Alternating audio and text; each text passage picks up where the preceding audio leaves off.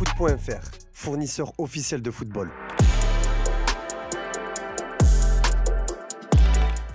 Bonjour tout le monde et bienvenue dans cette nouvelle vidéo. On commence ce JT Foot Mercato avec les Bleus et Didier Deschamps critiqués par le jeu déployé de son équipe depuis le début de l'Euro, ce qui suscite des débats avant le quart de finale Portugal-France. Le sélectionneur Didier Deschamps se montre imperméable aux critiques et vise toujours la même chose, la qualification. Les critiques, vous êtes là pour faire votre boulot, vous posez des questions. Je sais, comme je parle beaucoup à mon président, en rigolant, il m'a dit oh, on me pose beaucoup de questions sur vous. Ah, je dis je suis désolé, président. Enfin, certains d'entre vous. Donc, vous faites votre métier, je suis pas là. Les critiques, elles ont toujours fait partie de mon quotidien, de par quand j'étais joueur ou entraîneur ou sélectionneur, quoi. Voilà. Alors, je dis pas que quelques bonnes années en arrière, je vivais la situation de la même façon. Aujourd'hui, elles sont là, voilà. Par rapport à ça, ça m'empêche pas de très bien vivre sereinement et tranquillement. Kylian Mbappé a encore fait scandale, il n'y a pas que Didier Deschamps qui est vivement critiqué, Kylian Mbappé en fait aussi les frais. Interrogé sur son manque de profondeur dans le jeu par rapport à avant, l'attaquant français s'est offert une déclaration lunaire. Un attaquant doit toujours s'adapter à toutes les situations, à ses coéquipiers, à leurs caractéristiques. Beaucoup de gens font référence au jeu qu'on avait quand je suis arrivé en sélection, mais on avait des joueurs différents. Par exemple au milieu on avait Paul Pogba. Avec lui tu as juste à baisser la tête, courir, faire un appel et tu sais que le ballon va arriver dans ton pied. Pour un attaquant il faut analyser quel type de joueur tu as et essayer de les mettre dans les meilleures conditions. Avec les joueurs que j'ai, peut-être qu'on peut moins jouer en profondeur parce que c'est moins leur caractéristique de vous envoyer en profondeur. Maintenant, s'il y a des espaces, moi j'adore dévorer les espaces. S'il y a des espaces demain, je m'engouffrerai dedans en espérant qu'on puisse les saisir et marquer des buts. Depuis, cette déclaration fait polémique. En clair, beaucoup y voient un manque de respect vis-à-vis de ses partenaires en bleu. L'attaquant français a quand même eu le droit à une question un peu plus légère sur son idole de jeunesse et adversaire du soir, Cristiano Ronaldo. Non, c'est un honneur. Tout le monde sait l'admiration que j'ai toujours eue pour Cristiano, pour le joueur. Avec le temps, j'ai eu la chance de le connaître, de parler avec lui de nombreuses fois. On est toujours en contact. Il essaye toujours de me donner des conseils, de suivre un peu mon actualité, ça fait plaisir. Jouer contre lui, c'est un honneur pour tout ce qu'il a fait dans le football. Peu importe ce qui s'est passé avant, ce qui va se passer après.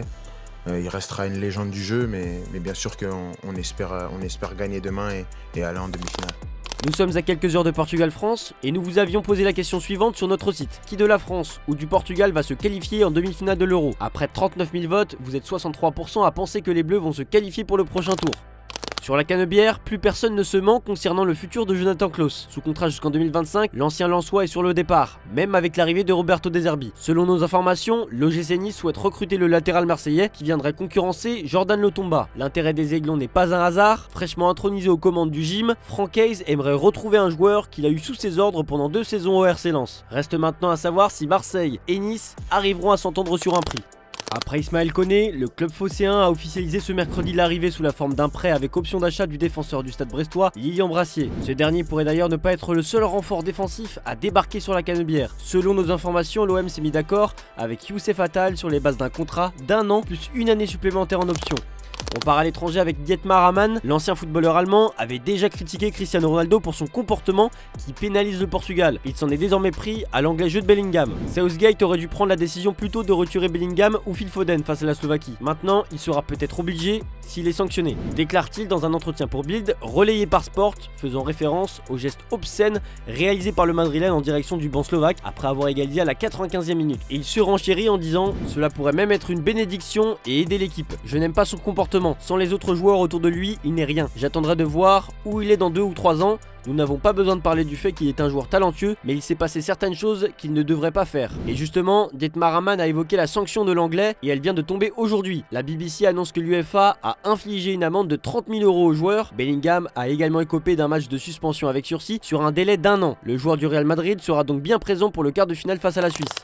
Pour la 2e saison consécutive, Arsenal est passé tout proche du titre de champion d'Angleterre. Pour espérer enfin toucher le Graal la saison prochaine, la direction d'Arsenal travaille en coulisses pour se renforcer. La première recrue du mercato estival des Gunners devrait bientôt être bouclée, Riccardo Calafiori. L'opération devrait se situer autour des 50 millions d'euros d'après Sky Sport. Le club anglais et l'international italien ont déjà trouvé un accord. Il était également courtisé par le PSG, le Bayer Leverkusen et Chelsea. Selon la Gazzetta dello Sport, il percevra un salaire annuel de 4 millions d'euros. Le média italien précise que Bologne, 5e de la dernière saison de Serie A, ne touche touchera pas l'intégralité de cette somme, puisque lors du transfert de l'Italien l'été dernier, le FC Bâle, son ancien club, avait négocié 50% sur une éventuelle plus-value lors d'un futur transfert. Le club suisse pourrait donc récupérer 25 millions d'euros.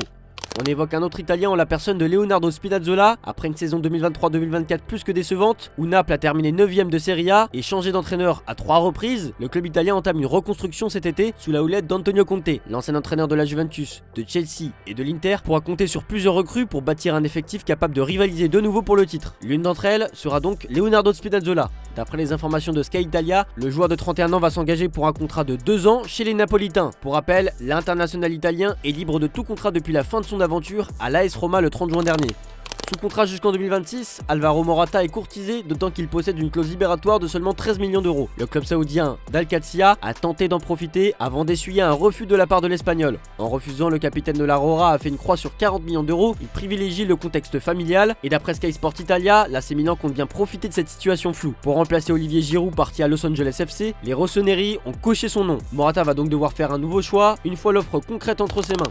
Sous contrat jusqu'en 2027 du côté de Bilbao, Nico Williams est la priorité absolue du FC Barcelone, selon les informations de Sports. Ce dossier s'avère malgré tout complexe puisque les Blaugrana restent en difficulté sur le plan économique. Le média espagnol précise que le Barça travaillerait actuellement sur la possibilité de rendre le paiement de la clause de 58 millions d'euros plus flexible. Reste désormais à savoir si les différentes parties parviendront à trouver un terrain d'entente. Si c'est le cas, l'avenir d'Ansu Fati en Catalogne s'assombrirait un peu plus.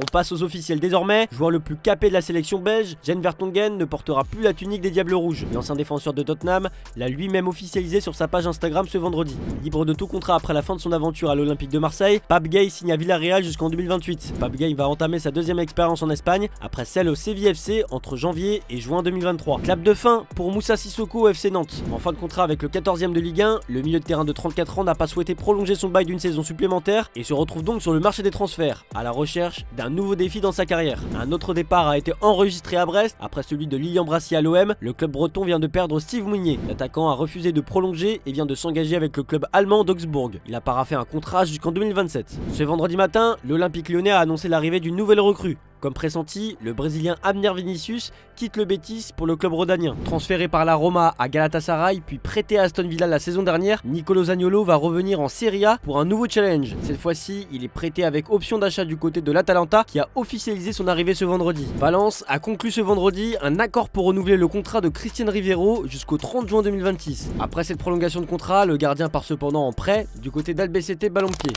Les Bleus ont remis ça, tous les joueurs de l'équipe de France ont enfilé les maillots de leur club formateur, c'est notre image du jour, je vous laisse là-dessus, merci d'avoir suivi JT et à demain sur Foot Mercato. Oh, ils ont fait un ballon Ligue des Champions là. Ah ouais? Peut-être tu vois la mode toi. Ouais, je crois qu'il éteint tout le monde. Mais ça tu mets ça dans la ville toi. Ouais, tu peux. Vas-y, je suis là, Sébastien. André FC, on sait, tous ceux qui sont passés là-bas là. Ah là, ça joue au foot. Hein. Merci.